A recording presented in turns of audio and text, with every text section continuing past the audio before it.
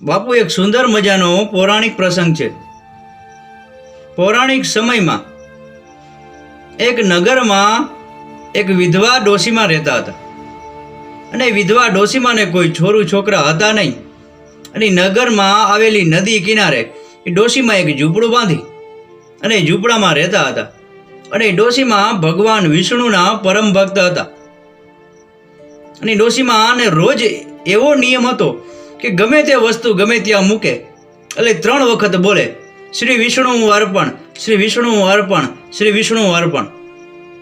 અને ડોશીમાં રોજ નદી કિનારે સ્નાન કરી અને બાજુના આવેલા જંગલમાંથી વનફળ લઈ આવે, બાગ બગીચામાંથી ફૂલો વીણી આવે અને ગામમાંથી કાચો સીધો સામાન લઈ આવી અને ભગવાન વિષ્ણુને ભોગ ધરે અને 3 વખત બોલે, શ્રી વિષ્ણુ અર્પણ, શ્રી વિષ્ણુ અર્પણ, શ્રી વિષ્ણુ અર્પણ.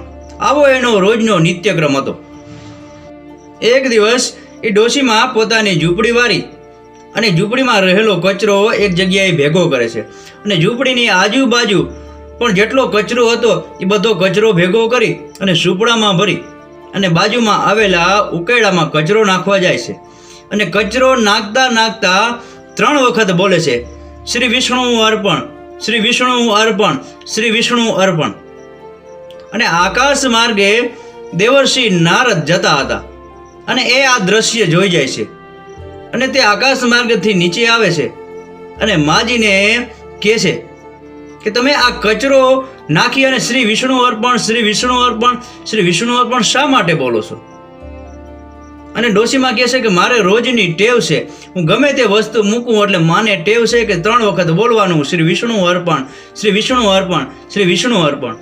એટલે નારદજી કહે છે કે આ કચરો નાખો એટલે તમારે એવું ના બોલવું જોઈએ. એટલે ડોશીમાં કહે મારે તો રોજની ટેવ છે એટલે હું તો બોલીશ જ, શ્રી વિષ્ણુ અર્પણ, શ્રી વિષ્ણુ અર્પણ, શ્રી વિષ્ણુ અર્પણ. અને નારદજી ગુસ્સે થઈ જાય છે અને ડોશીમાને એક થપ્પડ મારી દે છે. એટલે ડોશીમાં 3 વખત બોલે છે, શ્રી વિષ્ણુ અર્પણ, શ્રી વિષ્ણુ અર્પણ, શ્રી વિષ્ણુ અર્પણ. નારદજી વધારે ગુસ્સે થાય છે અને ડોશીમાને કહે છે કે તમે કચરો નાખી અને 3 વખત બોલો છો, શ્રી વિષ્ણુ અર્પણ, શ્રી વિષ્ણુ અર્પણ, શ્રી વિષ્ણુ અર્પણ.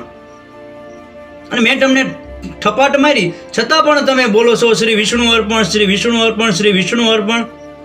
એટલે ડોશી કહેતો મારે તો નિયમ છે એટલે હું તો બોલીશ જ. એટલે નારદજી ફરી વખત ડોશીમાને બીજા ગાલ ઉપર ઠપાટ મારે છે અને ડોશીમાં ફરી પાછા બોલે છે, શ્રી વિષ્ણુ અર્પણ, શ્રી વિષ્ણુ અર્પણ, શ્રી વિષ્ણુ અર્પણ. અને નારદજી ત્યાંથી ગુસ્સે થઈ અને જતા રહે છે અને સીધા વૈકુંઠ ધામમાં જાય છે.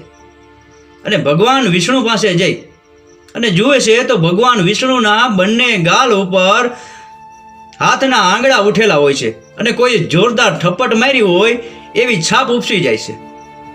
એટલે નારદજી ભગવાન વિષ્ણુને કહે છે કે ભગવાન, તમારા ગાલ ઉપર આ કોઈ થપાટ મારી એવા આંગળાની છાપ શા માટે ઉઠી ગઈ છે? કોણે તમને ઠપાટ મારી? અને ત્યારે ભગવાન વિષ્ણુ કહે છે કે દેવર્ષિ, એક તો તમે ઠપાટ મારો છો અને પાછા પૂછો છો કે તમને ઠપાટ કોણે મારી? તમે એ ડોશીમાને થપાટ નહોતી મારી, એ થપાટ મને લાગી છે. કારણ કે એ ડોશીમાને નિયમ છે કે એની પાસે જે કોઈ પણ વસ્તુ હોય કે ગમે તે હોય એ હંમેશા બોલે છે, શ્રી વિષ્ણુ અર્પણ, શ્રી વિષ્ણુ અર્પણ, શ્રી વિષ્ણુ અર્પણ. અને એના કારણે તમે મને ઠપાટ મારી છે.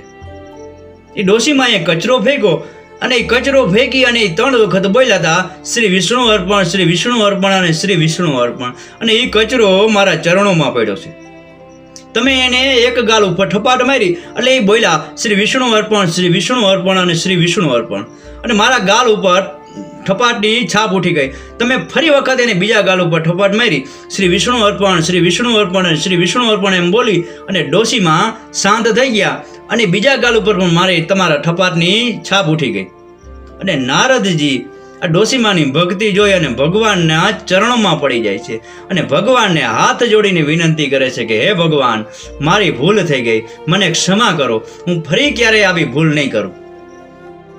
ભગવાન વિષ્ણુ નારદજીને ક્ષમા કરે છે અને કહે છે કે નારદજી, તમે પણ મારા ભક્ત છો અને એ ડોશીમાં પણ મારા ભક્ત છે અને અમે તો ભક્તને આધીન છીએ. ભક્તની ભક્તિને આધીન છે. ભક્તની ભક્તિ એ જ અમારી શક્તિ છે. અને નારદજી આ ભગવાન વિષ્ણુને હાથ જોડી જોડીને વિનંતી કરે છે કે હું એ ડોશીમાને ભક્તિને ખરેખર માન આપું છું અને તમે એ ડોશીમાની ભક્તિ સ્વીકારો છો એને પણ હું ધન્યવાદ કહું છું. અને બાપુ એટલે જ કદાચ કહેવાનું હશે કે ભગવાન ભક્તની ભક્તિને આધીન છે. આ પ્રસંગ પૂરેપૂરો સાંભળવા બદલ આપનો ખૂબ ખૂબ આભાર. આપનો દિવસ શુભ રહે. મહાદેવ હર.